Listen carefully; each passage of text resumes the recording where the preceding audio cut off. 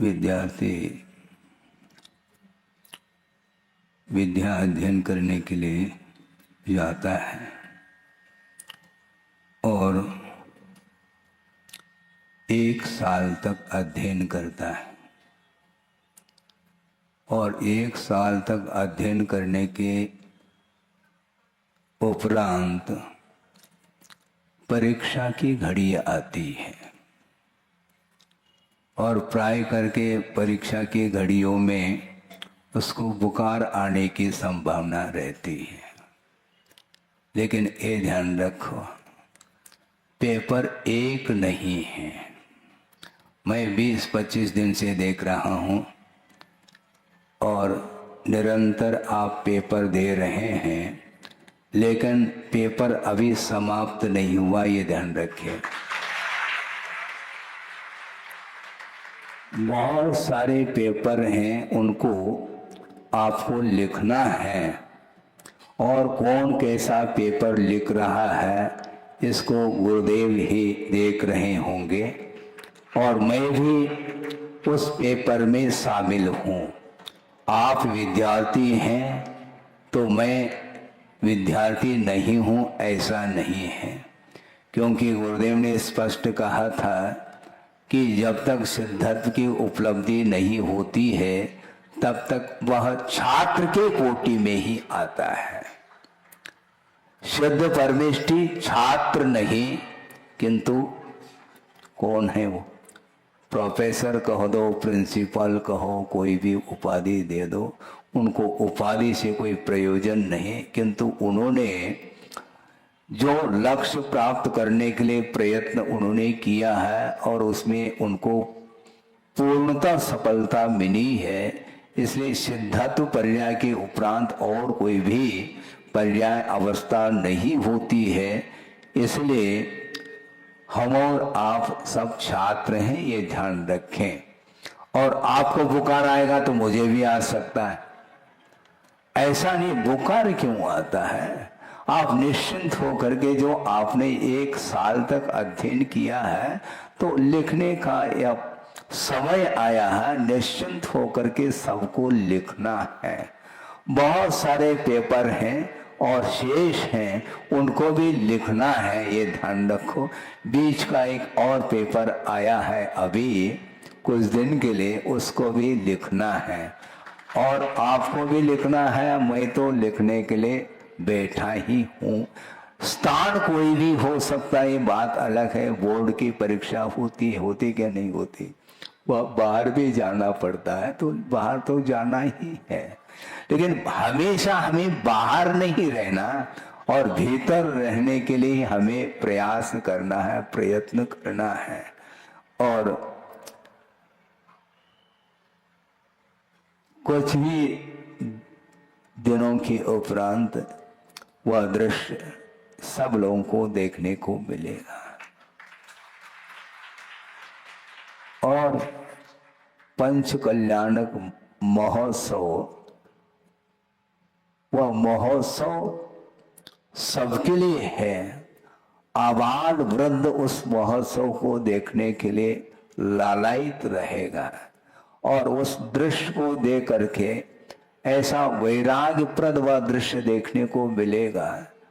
और उसको देखने के लिए सौधर्म इंद्र भी अग्रिम पंक्ति में बैठता है। कौन बैठता है ये देखना है हमें। सौधर्म इंद्र होता है, कुबेर भी होता है, महायज्ञ नायक भी होता है और भगवान के माता पिता के रूप में भी वो भी एक बहुत महत्वपूर्ण पद माना जाता है। ये सारे पद, इनका चयन होना है। बेचैन हो जाएंगे आप, चिंता होगी कि कौन आएगा। कोई भी आवे, हमें इससे कोई प्रयोजन नहीं, किंतु महामहोत्सव को देखने की में जो आनंद आएगा वह अपने आप में अलग ही आनंद आएगा। सौधर्म इंद्र कोई भी एक ही बनेगा, किंतु उस सौधर्म इंद्र को देख करके भी भविष्य में और भी बनने की जो इच्छा रखते हैं उनके लिए भी अवसर मिलेगा।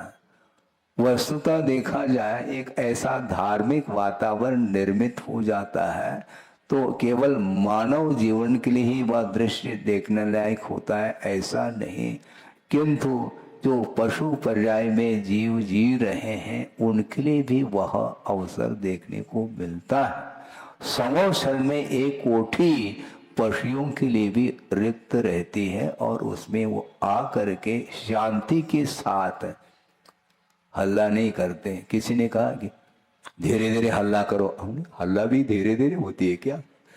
हल्ला नहीं करो, हल्ला नहीं करना, शांति के साथ अपने को एकाग्र मना हो करके उस दृश्य को देखना है कि किस प्रकार प्रभु को संसार से विरक्ति होती है, उन्हें किस प्रकार वैराग्य उत्पन्न होता है, वैराग्य के लिए कौन कौन से निमित्त उनके लिए उपस्थित होते हैं। इस सारे दृश्य को देख करके प्रत्येक व्यक्ति के मन में वैराग्य का भाव जागृत हुए बिना रह नहीं सकता। एक स्थापना निक्षेप की अपेक्षा से ये आयोजन किया जा रहा है और जहाँ पर भाव निक्षेप का अर्थ साक्षात जिन्हें केवल ज्ञान हो रहा हो, वहाँ पर जो महोत्सव मनाया जा रहा हो विदेश क्षेत्र में, वहाँ पर विद्यमान 20 तीर्थंकर हैं और अलग अलग क्षेत्र में उनका विहार होता है, समोषण की रचना होती है और दिव्य ध्वनि सुनने के लिए अलग अलग क्षेत्र में जीव उपस्थित होते हैं। इसलिए अभी संरक्षक पद को लेकर के कुछ आपके सामने बोला गया है। संरक्षण देना है और मुझे ऐसा आभास हो रहा है कि भविष्य में आने वाली पीढ़ी भी जो भी दिखेगा वह संरक्षणी सभा का ही एकमात्र पद का अधिकारी होगा, ऐसा मुझे लग रहा है। क्योंकि ऐसा आप लोगों ने पूरे जबलपुर को ही इस प्रकार रूप दिया है जो वह अपने आप में एक अनूठा विषय बन चुका है। प्रत्येक व्यक्ति के मन में धर्म के प्रति जो समर्पण भाव दिखाई दे रहा है, वो समर्पण भाव के माध्यम से ही जिनालय का निर्माण भी होना है और पूर्ण आयु का भी जो कार्य सामने दिख रहा है वह भी पूर्ण मूर्त रूप लेने वाला है। उन सब की रक्षा जबलपुर के माध्यम से होगी। नई पीढ़ी भी इसी लाइन पर लगेगी और लगना चाहिए। बिल्कुल ठीक बात है, क्योंकि वस्तुतः जीवन मिला है तो जीवन जब सूर्य उदित होता है तो वह ढलता भी चला जाता है, किंतु ढलने के पहले आप लोग कमर कस करके खड़े हैं। इसी प्रकार अगली पीढ़ी भी वो तैयार रहेगी, उसकी अगली पीढ़ी भी तैयार रहेगी। इस प्रकार यह सिलसिला या परंपरा निरंतर बनी रहेगी और सभी व्यक्तियों के लिए जो आगे आने वाली भी जितनी पीढ़ी है वो उन सभी के लिए गुरुदेव का आशीर्वाद पहले से ही प्राप्त है, ये ध्यान रखें। जाने की बात कर रहे थे और आपने स्पष्ट भी कर दिया कि महाराज 4 बजे प्रस्थान होगा। ये होता रहता है। महाराज किसी ने कहा कि महाराज फिर बाद में यहाँ पर सूना सूना लगेगा। अरे यहाँ पर सूना है तो पनागर में सोना सोना लगेगा।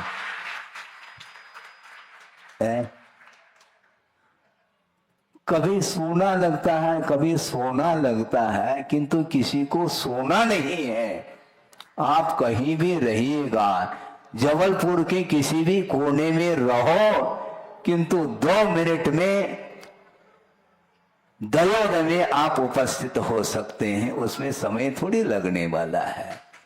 क्योंकि वहीं पर विशाल जिनालय का निर्माण हो रहा है। पूर्ण आयु की स्थापना भी वहीं पर हो चुकी है और सारा सारा कार्यक्रम आपके हाथों से ही होना है।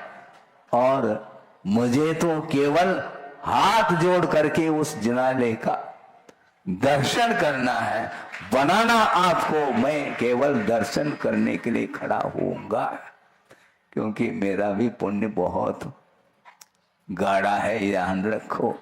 हाँ, वह जो पुण्य मेरा जो गाढ़ा है और गुरुदेव के वरद हस्त से ही गाढ़ा हुआ है, ये ध्यान रखो। और गाढ़ा होता चला जाएगा। दूध को जितना उठोगे तो वह खोवे के रूप में परिवर्तित होता है, होगा। आप लोगों को बिल्कुल एक क्षण के लिए भी चिंता का अनुभव नहीं करना है। सबके लिए हमारा है यह कहना है कि चिंता ठीक नहीं। आप निश्चिंत होकर के इस कार्य को संपादित करिएगा, तभी होगा। आप अपने दुकान मकान के लिए थोड़ा बहुत उसमें से समय देना है और इसमें लगाना है। धर्म की आराधना के लिए वस्तुतः त्याग की बड़ी आवश्यकता होती है और उत्तम त्याग की आवश्यकता होती है। और 20-25 दिन से मैं लगातार देख रहा हूं, मुझे लगता है एक दिन मिलता है 10 लक्षण धर्म में त्याग धर्म के लिए, किंतु यहाँ पर 20-25 दिन से उत्तम त्याग धर्म का वातावरण बना हुआ है। महाराज इसी प्रकार बना रहे, ये आप कह सकते हैं, क्यों नहीं? भावना तो होनी चाहिए। और भावना भवनाशिनी भी आप बोलते हैं, इसीलिए मुझे कोई ज्यादा चिंता नहीं, आप निश्चिंत रहो, क्योंकि भारत अखंड है, ध्यान रखो। जब भारत ही अखंड है तो पनागर और जबलपुर से कहां से दूरी हो सकती है? वो है, आपने कहा है एक कॉलोनी है, बिल्कुल ठीक है, इसमें क्या बात है? कभी संगम कॉलोनी, कभी अग्रवाल कॉलोनी, कभी हनुमान ताल, कभी लाडगंज, तो कभी पनागर। इसमें क्या दिक्कत है? ज्यादा दूरी थोड़ी है, दूरी कहीं भी नहीं है। यदि दूरी है तो मन से दूरी हो सकती है, किंतु मन आपका संयत है, इसलिए कहीं दूरी का कोई प्रश्न ही नहीं उठता है। इसलिए साक्षात सबोशरण जब रचना होती है, वहां का वातावरण अपने आप में अतुलनीय वह विषय रहता है। सारे इंद्र अपने परिवार के साथ आकर के प्रभु की अर्चना करता है।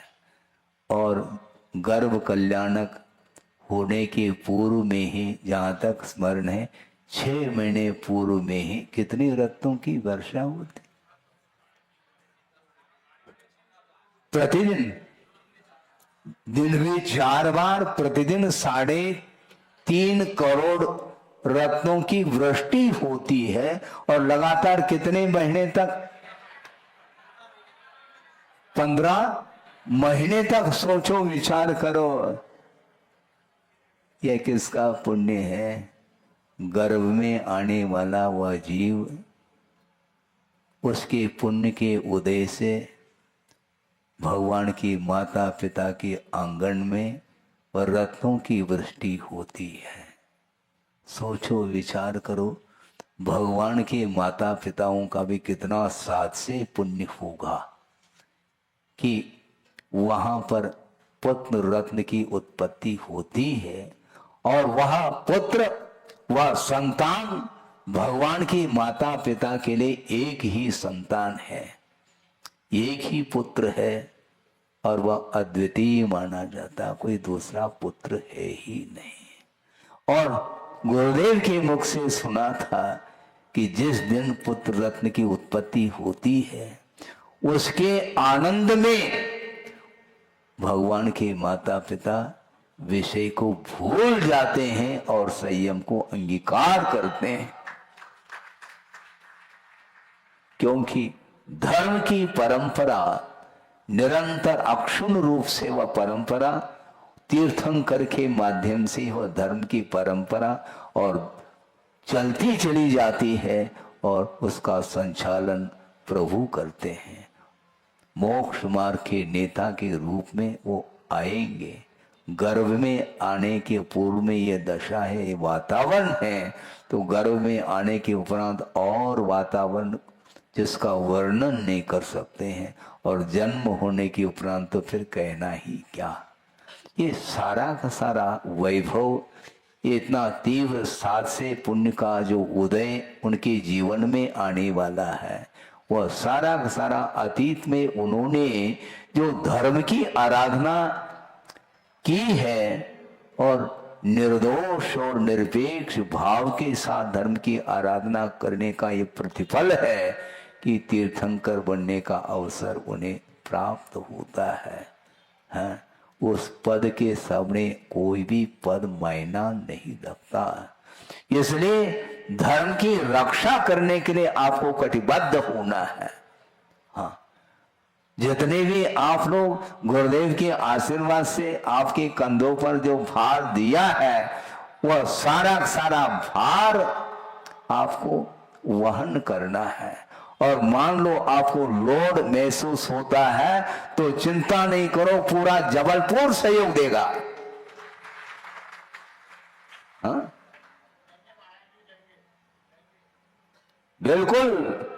हाँ, पुराने बैठे हैं, दोनों हाथों से वो इसकी अनुमोदना कर रहे हैं। हम देंगे, क्यों नहीं देंगे?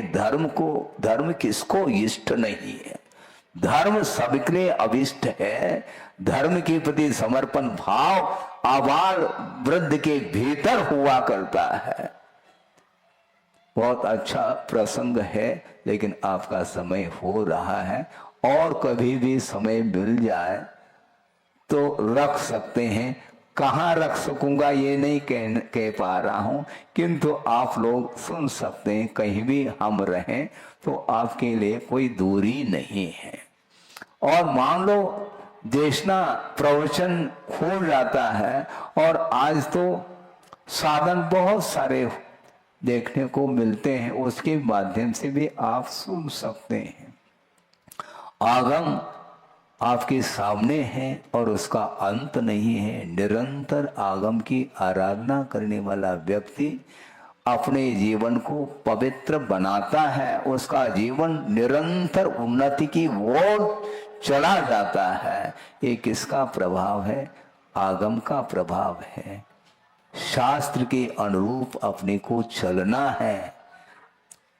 कौन क्या कहेगा इस ओर ध्यान नहीं देना है, किंतु शास्त्र में क्या लिखा है और गुरुदेव का संकेत किस ओर है, उसको ध्यान में रखना आवश्यक है, परम आवश्यक है। बहुत सारे बातें आपको सुनने को मिल सकती है, वो हमारा विषय नहीं। हमारा विषय तो केवल आगम के अनुरूप हमें चलना है।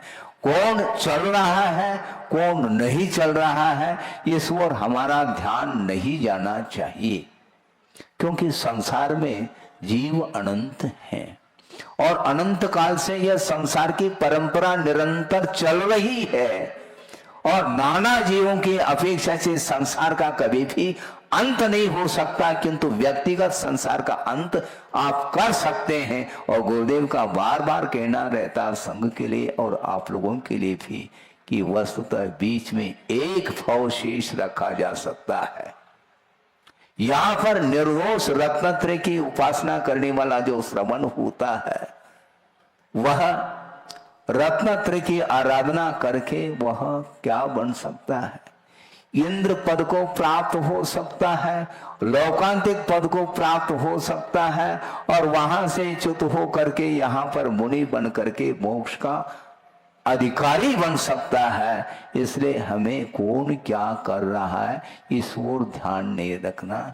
कौन क्या लिख रहा है उस ओर हमारी दृष्टि जाएगी तो हम निश्चित रूप से हमारा पेपर कोरा रह सकता है। इसलिए अपने पेपर को सावधानी के साथ में लिखना है। और गुरुदेव ने जो दिया है वह हमारे लिए कम नहीं है। और के जो भूख है उसको आप समाप्त करिएगा। किंतु गुरुदेव ने जो प्रबंध करके वो गए, ये ध्यान रखो। अब कोई प्रबंध करने की कोई कमेटी की हमें आवश्यकता नहीं, इतना प्रबंध उन्होंने किया है और आपको संकेत किया है। जो संकेत किया है उसके अनुरूप आप करेंगे तो निश्चित रूप से प्रबंध होता ही चला जाता है। ये आस्था का विषय है, समर्पण का विषय है। आस्था और समर्पण में भी अंतर है क्या महाराज? हाँ, सामान्य और विशेष का अंतर मैं मानता हूं। आस्था अर्थात श्रद्धा सामान्य हो सकती है और विशेष जो आस्था का जो परिणाम है वही समर्पण का भाव है, ऐसा हमारा कहना है और ये आगम सम्मत है। गुरुदेव ने बहुत अच्छी बात कही थी कि पिता को मानना और पिता की आज्ञा मानना जमीन आसमान का अंतर है, ये ध्यान रखो। लड़का पिता को मानता है किंतु पिता की आज्ञा नहीं मानता है, ऐसा भी होता है। हाँ, बहुत देखने को मिलता है। थोड़े बहुत भी मन के अनुरूप नहीं होता है, वह रुष्ट होकर के जा सकता है, किंतु कालांतर में वह पिता के पास ही आता है, क्योंकि पिता के प्रति उसकी आस्था है, किंतु समर्पण में कमी होने के कारण वह पिता की बात को नहीं मानना चाहता है। अब रोज इस प्रकार का प्रसंग आपके परिवार में घटित होता हुआ देखने में आता क्या नहीं आता? आता है, किंतु उस ओर ध्यान नहीं देना, अपने को समर्पण भाव के साथ चलना है। इसी प्रकार भगवान के प्रति आस्था रखना अलग वस्तु और भगवान की आज्ञा को शिरोधार्य करना यह अलग वस्तु है। और आज्ञा को जब तक हम शिरोधार्य नहीं करेंगे तो भगवान कभी भी आपसे अर्थात भक्त से प्रभावित अर्थात प्रसन्न नहीं हो सकते। महाराज, भगवान भी भक्त के वश होते हैं, ऐसा हमने सुना था आप ही लोगों के मुख से। हाँ, क्यों नहीं हो सकते? भगवान को प्रसन्न करना खेल नहीं बंधुओं। भगवान कभी भी आपकी पूजा से, आपकी स्तुति से, आपकी वंदना से वो कभी भी प्रसन्न नहीं होंगे, क्योंकि वंदना करते करते भी अनंत काल व्यतीत हुआ है। इसलिए जिस दिन भगवान की आज्ञा का हम सब मिलकर के पालन करेंगे तो निश्चित रूप से प्रसन्न देखने को मिले। वैसे वह अप्रसन्न किसी से नहीं होते, क्योंकि गुरुदेव का यही कहना था कि उन्हें भी आनंद आता है, क्योंकि धर्म की परंपरा को कायम रखना जो चाहता है वो कौन नहीं चाहता। भगवान की इच्छा भी यही रहती है कि सारे सारे भगवान बने। कितनी विशाल उनकी भावना होगी, सोचो। सब आप धरती पर ही बैठे रहें ऐसी भगवान की भावना नहीं है, किंतु विश्व कल्याण की भावना को लेकर के वो तीर्थंकर पद को प्राप्त हुए हैं। इसलिए निश्चित रूप से आप निरंतर भगवान की अर्चना करते हुए समर्पण भाव को और मजबूत करते चले जाएं तो आपके लिए कोई भी बाधा संभव ही नहीं है। और जिस दिन यदि मान लो समर्पण में यदि कमी आएगी तो बाधा के ऊपर बाधा उपस्थित हो सकती है, उसको कोई भी रोक नहीं सकता, क्योंकि धर्म न धर्मो धार्मिकैर बिना कहा। धर्म धर्मात्मा के बिना संभव ही नहीं, क्योंकि धर्म का जो संबंध है वह धर्मात्मा के साथ ही उसका संबंध जुड़ा हुआ है। धर्मात्मा हो और धर्म न हो, धर्म हो और धर्मात्मा न हो, ऐसा संभव नहीं। परस्पर में तादात्म्य संबंध होता है। इसलिए आप सब धर्मात्मा हैं और मैं भी धर्मात्मा हूं, ये ध्यान रखो। मैं भी आराधक हूं, प्रभु की आराधना, गुरु की आराधना करने के लिए मैं भी बैठा हूं और आप भी समर्पण भाव के साथ गुरु की उपासना और प्रभु की उपासना करने के लिए आप एकत्रित हैं। ज्यादा कहने की आवश्यकता मुझे नहीं है और समय पा करके मैं कह सकता हूं, क्योंकि गुरुदेव की आज्ञा और आदेश और संकेत हैं। जब कभी भी मान लो, जब कभी भी किसी के जीवन में बाधा आती हो, उस बाधा को आगम के माध्यम से और गुरुओं के संकेत के माध्यम से ही उस बाधा को दूर करना चाहिए और यह कर्तव्य मान करके अपने को दूर करने के लिए कटिबद्ध होना चाहिए। इस प्रकार श्रवण संघ के लिए भी उनका आदेश और आशीर्वाद और संकेत प्राप्त है। उनके संकेत के अनुरूप ही हम चलेंगे। इसके उपरांत भी यदि मान लो कोई भी बाधा उपस्थित आती है तो उसमें हमारा ही कर्म का उदय मान करके उसको हमें समता भाव के साथ सहन करना है। समता को भूल जाओगे तो हमेशा आपका जीवन विषमता में ही गुजरता चला जाएगा। उसके माध्यम से कोई भी हमारा विकास नहीं होने वाला है। इसलिए विकास जो होता है वह समर्पण भाव के साथ होता है। किसके प्रति समर्पण भाव रखना, यह विवेक भी आपके ऊपर ही नहीं, ये आपका स्वयं का विवेक काम करता है। डॉक्टर ने दवाई दी है किंतु साथ साथ विवेक भी उन्होंने दिया है। दिया क्या नहीं?